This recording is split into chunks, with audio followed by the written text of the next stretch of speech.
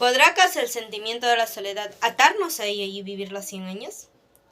Gabriel García Márquez publica una novela en 1967 titulada 100 años de soledad. Esta novela, desde su título podemos ver un amplio panorama e imaginarnos cuáles son las posibles situaciones o circunstancias que tú estarías dispuesto a ceder y como castigo, además, vivir 100 años de soledad. Aquí el autor nos desarrolla y describe a cada uno de sus personajes y escenarios con una perfecta unión entre lo real y lo mágico de la fantasía. Es así que te puedes imaginar que estás en otro nivel de la lectura al leer esta novela. Como consecuencia, podemos ver cuál es su clara postura frente a la política de ese entonces que había en esos países cuando él publica la novela. Además, podemos darnos cuenta cuál es el claro mensaje que este autor quiere dejar, pues nos muestra a la paz y a la justicia, dos valores que deben ser la base de toda sociedad civilizada. Por otro lado, nos recuerda que la felicidad depende de uno mismo, a pesar de las situaciones personales, sentimientos negativos que día a día llegamos a pasar. Porque a veces cuando tú tienes una situación así, te atas al pasado y no dejas ir eso que te mantiene ahí y no avanzas, te estanca en ese lugar. Es por ello que tú tienes que pensar en tu actualidad cómo eres y cómo quieres llegar a ser en un futuro. Y empezar a trabajar en ello, dejando que las situaciones malas pasen, pues de ellas se aprende y debemos aprender a vivir con ellas. No ignorarlas, sino reconocerlas y avanzar. Una de las frases que más me cautivó en esta novela nos menciona que en cualquier lugar que estuvieran, recordarán siempre que el pasado era una mentira. La memoria no tiene caminos de regreso, que toda primavera era irrepetible. Además, el amor más desatinado y tenaz, de todos modos, era una verdad efímera. Ahora, acompáñame a adentrarnos en la novela 100 años de soledad y conozcamos cómo se desarrolla. Úrsula se sintió tan vieja, tan distante y tan acabada de las mejores horas de su vida. Inclusive añoró las que recordaba como las peores. Y desde entonces descubrió que le hacía falta el ráfaga del orégano en el corredor y el vapor de los rosales en el atardecer. Y hasta la naturaleza bestial de los advenizos.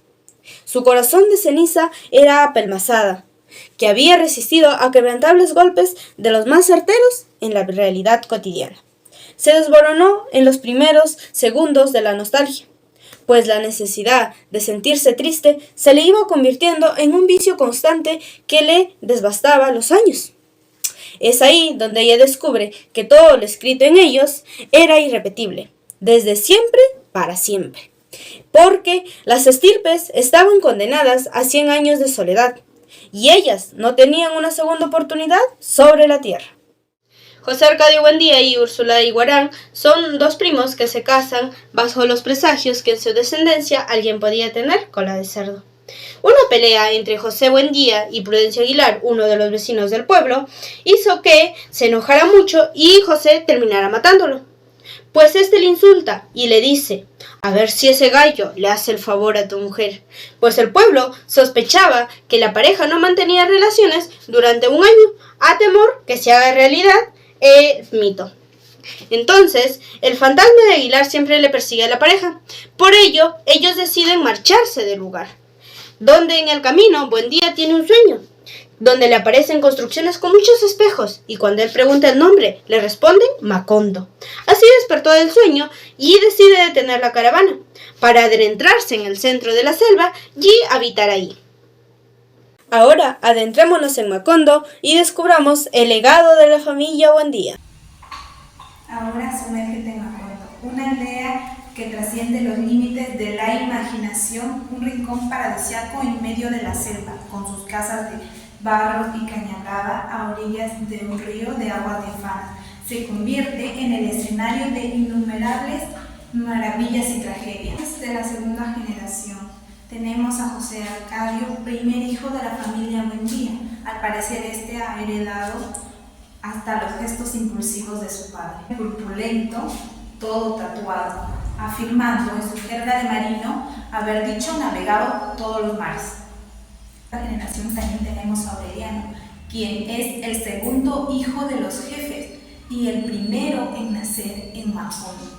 Se pensaba que tenía una intuición fantástica, pues todo lo que él hablaba o intuía se hacía realidad. Tenemos a Remedios Moscote, hija del alcalde don Moscote, quien era tan bella como una rosa y su piel tan perfecta, con ojos verde esmeralda, que la hacían no pasar desapercibida. Después está Amaranta, quien es hija de José Arcadio y Pilar Piernera, quien fallece soltera, pero feliz porque descubre sus sentimientos hacia Rebeca, la hija adoptiva de la familia Buendía.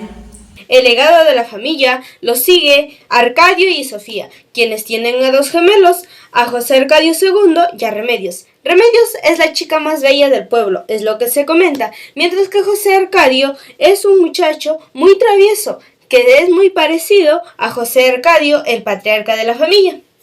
Sigue creciendo. Tenemos a Aurelio II, quien es ocultado por la abuela Fernanda. Este se parece mucho al coronel, pues es silencioso y tranquilo. Apenas conoce a Úrsula, que fallece durante su infancia. Se vuelve amigo de José Arcadio II, quien le comenta el verdadero relato de la aniquilación del banadero. Séptima generación. ¿Cómo te sentirías si cargaras con el peso de tu familia en los hombros? Esta pregunta podríamos hacerlo al último de la familia Buendía, el cual es Aureliano Rodrigo. Aureliano Rodrigo nació producto de una relación entre una tía y un sobrino, que vendría a ser Amaranta Úrsula con su sobrino Aureliano. Al nacer, la encargada del parto se dio cuenta de que tenía un apéndice en forma de cola de cerdo, lo cual recordemos que era uno de los mayores miedos de la primera de su familia. Entonces, a raíz de esto, su mamá se preocupa, pero la encargada del parto le dice que cuando el niño crezca se le podrían cortar. La madre muere desangrada y el padre Aureliano, sumido en el dolor, se pone a investigar sobre los libros y se da cuenta de una terrible realidad. Las mariposas amarillas.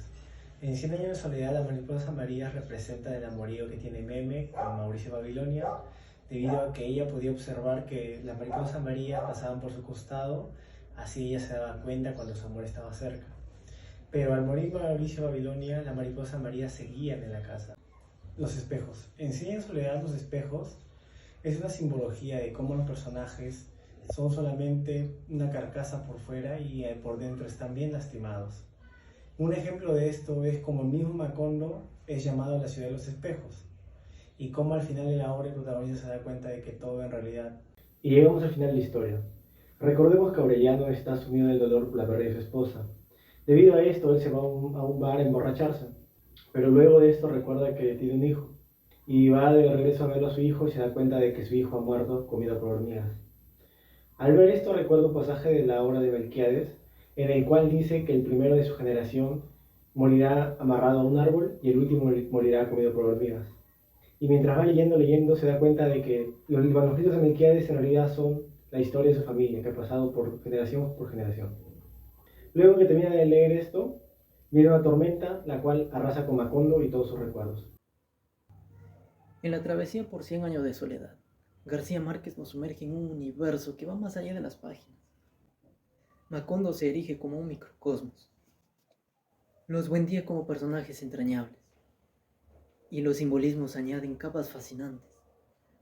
La obra nos invita a reflexionar sobre la complejidad humana y la inevitable soledad. ¿Te animas a explorar este viaje literario, descubriendo la magia entre la realidad y la fantasía? La saga de los Buendía es más que una novela.